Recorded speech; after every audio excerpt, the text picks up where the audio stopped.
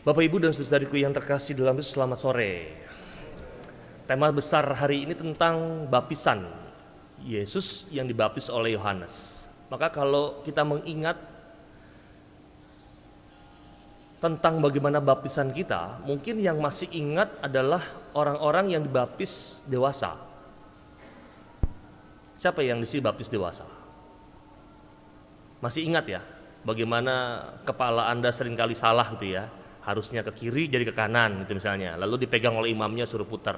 Tetapi overall ketika baptis anak-anak seperti saya nggak ingat, baru merasa melihat ketika ada baptisan anak di gereja atau sebagai imam saya membaptis seorang anak. Itu baru ingat, oh ternyata begini rasanya dibaptis secara anak-anak. Nah, dalam kerangka yang sangat sederhana sebenarnya, baptisan itu bukan cuma sekedar secara fisik bahwa aku dibaptis dikucuri oleh air, saya membaptis kamu dalam nama Bapa dan Putra dan Roh Kudus, amin. Tapi dengan kata itu sebetulnya bukannya fisik, tetapi juga kalau kita melihat dalam kerangka iman kita bahwa seluruh penghuni surga bersuka cita bersama-sama. Karena apa? Karena ada anggota baru yang akan bergabung dengan kita sebagai satu keluarga besar kerajaan Allah. Nah, maka dari pengalaman ini saya teringat dengan sebuah istilah Latin yang mengatakan asperges me, yang artinya percikilah aku. Dan inilah sebuah harapan kita dalam mengenangkan pembaptisan Yesus oleh Yohanes sebagai wujud kenosis atau pengosongan diri. Kita tahu bahwa Yesus itu adalah anak Allah yang sama dengan kita tetapi berbeda dengan kerangka dosa. Yesus hadir dibaptis itu dalam wujud kenosis, pengosongan dirinya. Pembaptisan menjadi titik awal dari karya dan perutusan Yesus di depan publik. Dan ini pula yang sama dengan kita. Baptisan bukan kerangka akhir, final kita bahwa aku sudah menerima baptisan. Tetapi sebagai rangka awal kita sebagai seorang murid untuk mengalami proses pelayanan. Maka tidak heran kalau dalam rangka ini ada banyak lelucon lucu misalnya. Ada seorang guru katekumen itu meminta kepada para calon katekumen, sebelum dibaptis nanti Anda pengakuan dosa dulu ya. Jawabannya betul apa salah? Sebelum dibaptis nanti pengakuan dosa dulu ya. Betul salah? Salah. Tetapi itu sering terjadi. Padahal kita tahu bahwa sakramen pembaptisan adalah pintu gerbang terhadap sakramen-sakramen yang lain.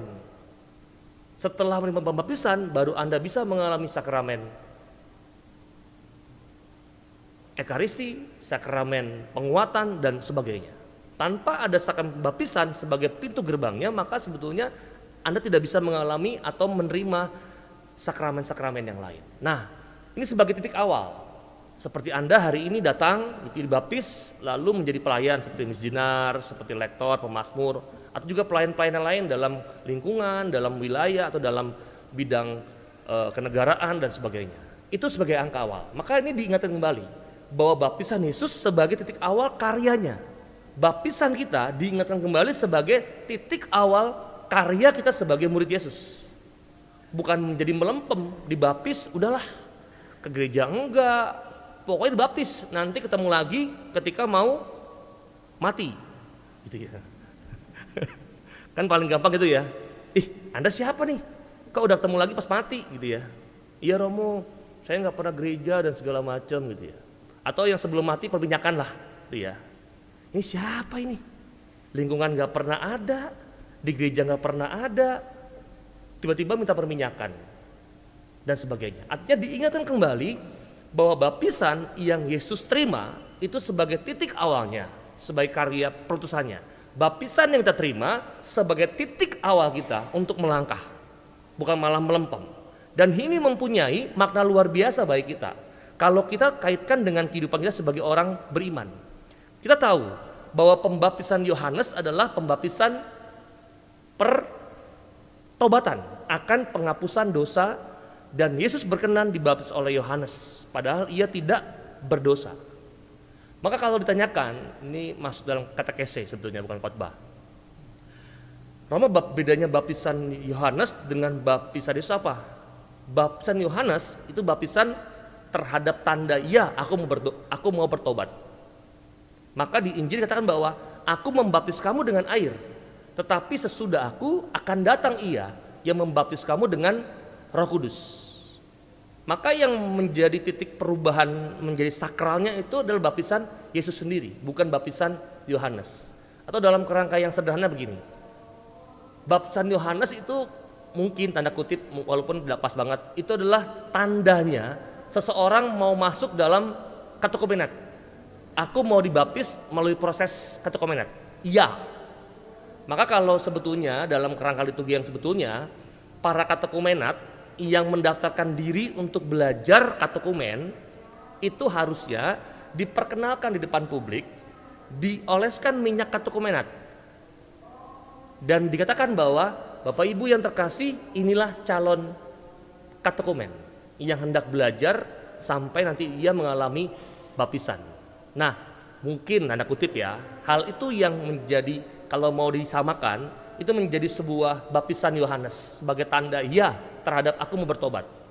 Lalu baptisannya yang dialami oleh diberikan oleh para imam atau diakon, itu baru baptisan seperti yang diberikan oleh Yesus sendiri. Nah, pengalaman ini, pengalaman bagaimana Yesus yang tidak berdosa itu mau bersolider kepada kita, maka sebetulnya ini titik sebagai bahwa Yesus itu mengosongkan diri sama seperti kita, dan selalu bisa memerciki, hadir bersama dengan kita, mau memerciki kita dengan baptisan sejati setiap harinya.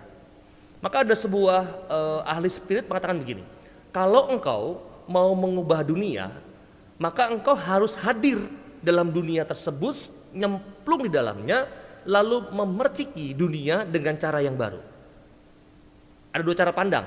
Yang pertama, seperti para ordo-ordo yang kontemplatif, ia berjarak terhadap dunia.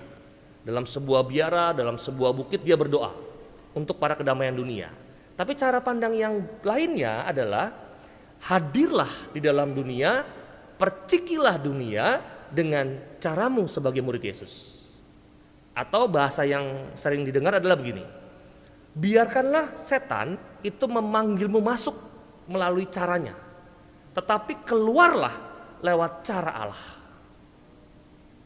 Nangkap tadi?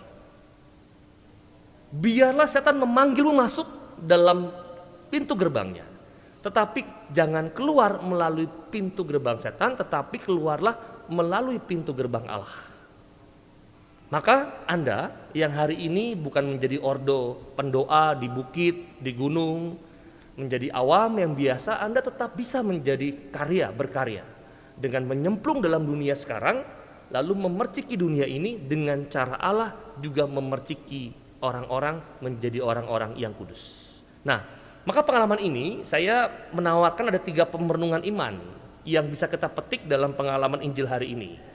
Pemerenungan yang pertama, kita bisa belajar dari langit. Langit dalam Injil itu bisa diartikan sebagai keterbukaan. Dalam kitab suci Perjanjian Lama, langit atau dalam bahasa Yunani adalah skizo, itu dimaknai sebagai tempat kediaman Allah. Maka Nabi Yesaya pernah memohon agar Allah itu berkenan mengoyakkan langit dan turun ke bumi.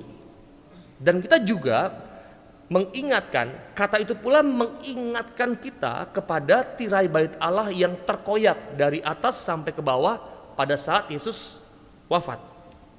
Maka terkoyaknya langit menjadi tanda keterlibatan sekaligus berkebiakan atau campur tangan Allah dalam kehidupan untuk memenuhi janjinya. Dan pulihnya komunikasi antara Allah dan manusia, dan jangan lupa juga komunikasi antara manusia dengan sesama dan juga semesta. Maka mau tahun-tahun 2000 ini kan gereja terus-menerus mengingatkan bahwa mari memulihkan relasi bersama dengan sesama dan juga semesta yang mungkin sampai hari ini sudah kita tanpa sadar telah merusaknya. Itu pertama, langit, keterbukaan. Poin pemerenungan kedua adalah merpati, itu sebagai tanda kedamaian. Roh Kudus digambarkan serupa dengan burung merpati yang tidak pernah berantem. Maka kalau Anda itu pernikahan, tidak jarang banyak orang itu menebarkan merpati, ya. Dan akhirnya merpatinya bersarang di langit-langit gereja dan telek-teleknya mengotori dinding-dinding gereja. Maka sekarang udah jarang.